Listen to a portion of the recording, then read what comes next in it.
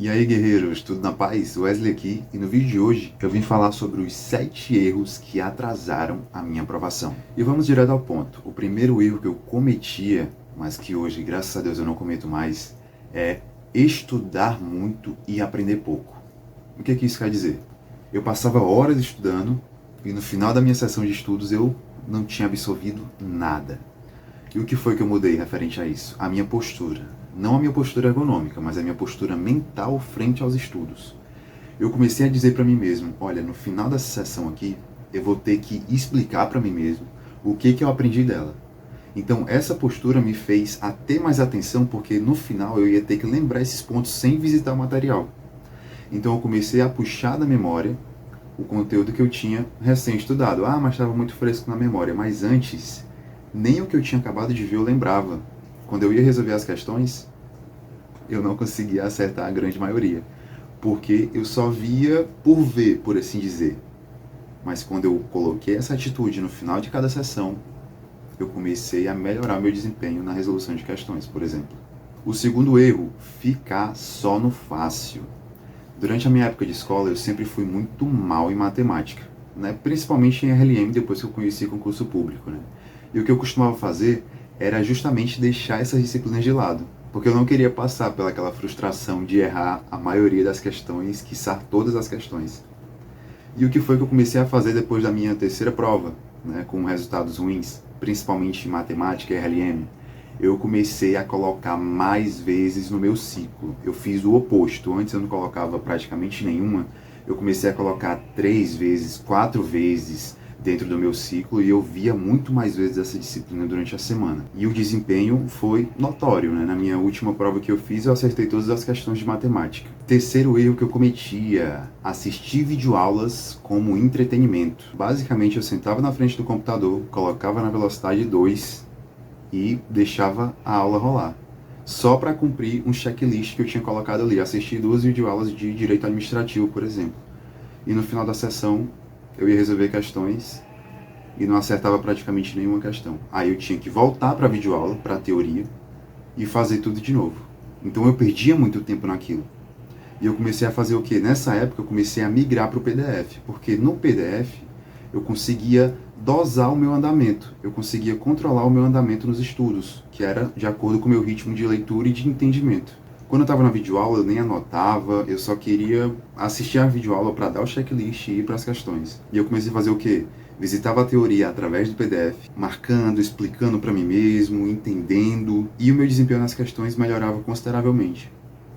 Porque no PDF eu conseguia controlar. Em alguns momentos eu lia mais rápido, outros pausadamente, ia circulando, marcando alguma coisa, fazendo alguma anotação ali no PDF. E quando eu ia para as questões, eu solidificava aquele conhecimento que eu tinha recém-adquirido. Quarto erro, não ter o controle do que eu estudei. Meu ciclo de estudos antes, minhas sessões de estudo eram uma bagunça. Eu não sabia onde eu tinha parado na sessão anterior de, por exemplo, informática, qual era o tópico que eu tinha visto semana passada de direito constitucional. E o que eu comecei a aplicar é registrar tudo que eu tinha estudado. Né? Dentro de um calendário que eu tinha criado, por exemplo, nessa semana eu vou estudar Direito Constitucional e Informática. Quando eu chegava nesse dia, eu sabia o que eu tinha estudado na semana anterior, de Direito Constitucional, de Informática, e eu já sabia o que eu ia estudar na próxima sessão, porque eu deixava registrado o que eu tinha estudado na sessão atual. E aí, quando eu chegava na próxima sessão, eu olhava o que eu tinha estudado na última sessão. Eu acho que tá dando para ficar claro, né? E aí eu tinha visto, por exemplo, Direito Constitucional, Direitos e Garantias Fundamentais. Aí eu sabia que na minha próxima sessão eu ia ver direitos sociais, direito dos trabalhos, né, direito do trabalhador. Então eu tinha esse controle registrado e ainda fazia, quer queira ou não, uma pequena revisão do assunto que eu tinha estudado na sessão anterior. Subestimar matérias menores.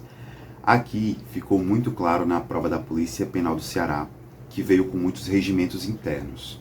Né?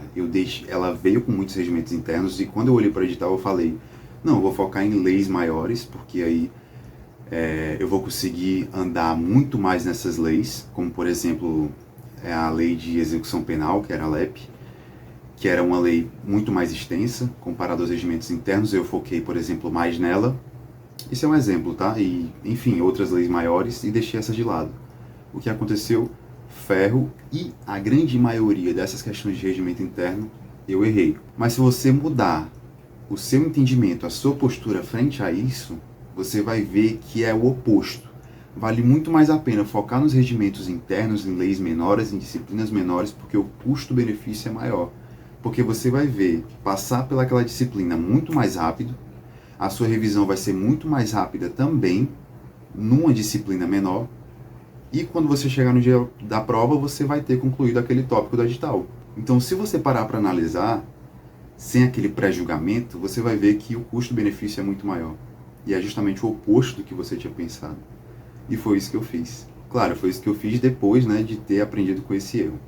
E o sexto erro é de não ter simulado a prova. Eu sei que muita gente aqui no YouTube e no Instagram fala sobre simulado, faço simulado e tudo tal, mas eu simplesmente só focava no site de questões. Não, o site de questões vai ser suficiente para mim, mas quando eu chegava na prova, eu tinha o incômodo da postura ergonômica mesmo, no dia da prova, de ficar lá abaixado com o pescoço baixo, eu sentia muitas dores no pescoço, ficava incomodado, começava a ter dor nas costas, e aí eu comecei a simular o dia da prova em si, né? Pegava, imprimia todo o simulado, era só eu, a prova, a caneta e uma garrafa d'água. E as minhas idas ao banheiro eu ainda controlava como se eu estivesse realmente no dia da prova. Mas por que que só o site de questões muitas vezes não é suficiente para você simular? Eu não estou aqui escrevendo em pedra que você deve ou não fazer isso ou aquilo. Mas eu estou dizendo que, para mim, por exemplo, o site de questões é uma plataforma, entre aspas, gamificada. Porque você resolve uma questão e o site já te dá o feedback imediato. Se você acertou, se você errou, aí já tem os comentários do professor. Beleza, o intuito do site de questões realmente é esse. E, além disso, você está no conforto da sua casa, com ventilador, com ar-condicionado. Então, tudo isso não simula o dia da prova. Que você pode estar numa cadeira desconfortável, a sala que você está pode ter ou não ventilador, ar-condicionado. Beleza, eu saí do computador, imprimi, comecei a ter uma postura, né, realmente do dia da prova, mas ainda tinha um ventilador, ainda estava na minha casa, só que só de eu estar não ouvindo música, por exemplo, resolvendo uma questão, não tendo esses estímulos que o computador, que a tela traz, eu comecei a melhorar meu desempenho nos simulados, na resolução de questões e nas provas que eu realizava em si. E por último, e não menos importante, o sétimo erro, que era estudar somente quando estava motivado. Isso aqui, cara, possivelmente você faz, já fez, ou vai acabar fazendo, mas não depois desse vídeo. Que é justamente estudar só quando está motivado, quando está bem. Cara, isso é pensar a curto prazo. E era isso que eu fazia, só pensava a curto prazo, e só estudava quando estava bem, estudava 1 hora, 2 horas ali, passava 3 dias sem estudar. Só que quando eu comecei a colocar o estudo para concurso, a aprovação como projeto de vida, eu só vou parar de estudar quando for nomeado, quando tomar posse. E olhe lá, né? Talvez eu ainda continue estudando. Nem que seja 30 minutos, 40 minutos no dia, independente de como esteja o meu humor, de como eu esteja motivado ou não, eu vou estudar. 30 questões, ou enfim, 30 minutos de resolução de questões, 15 minutos, mas todo dia eu vou plantar uma sementinha ali, que foi até um vídeo que eu gravei recentemente sobre constância. Todo dia eu vou plantar uma semente, porque vai me dar frutos. O que eu estou plantando hoje, daqui a 1 ano e meio, 2 anos, vai me dar o retorno, vai me dar frutos. O estudo, ele recompensa. Ele recompensa.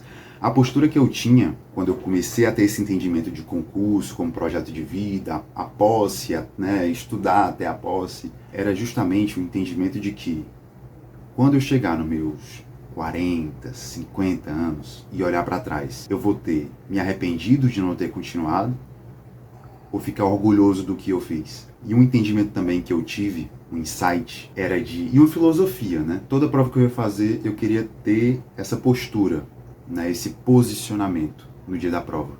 Que era chegar no dia da prova e dizer para mim mesmo, eu cheguei aqui, fiz tudo o que eu pude nessa preparação, vou dar o meu melhor. Se o meu melhor não for suficiente para essa prova, ok, eu vou me preparar novamente para fazer o melhor do que eu fiz da última vez. Então, guerreiros, o vídeo de hoje foi esse, eu espero que você tenha gostado, né? Se gostou, já clique em gostei, me segue lá no Instagram também, ó, @wesleyconcursos, para você acompanhar lá também algumas stories, alguns posts, algumas dicas que eu dou lá pelo Instagram. mas também não se esqueça de se inscrever nesse canal para acompanhar os próximos vídeos. De qualquer forma, eu agradeço por ter assistido o vídeo até aqui. Fica na paz, até mais e fui!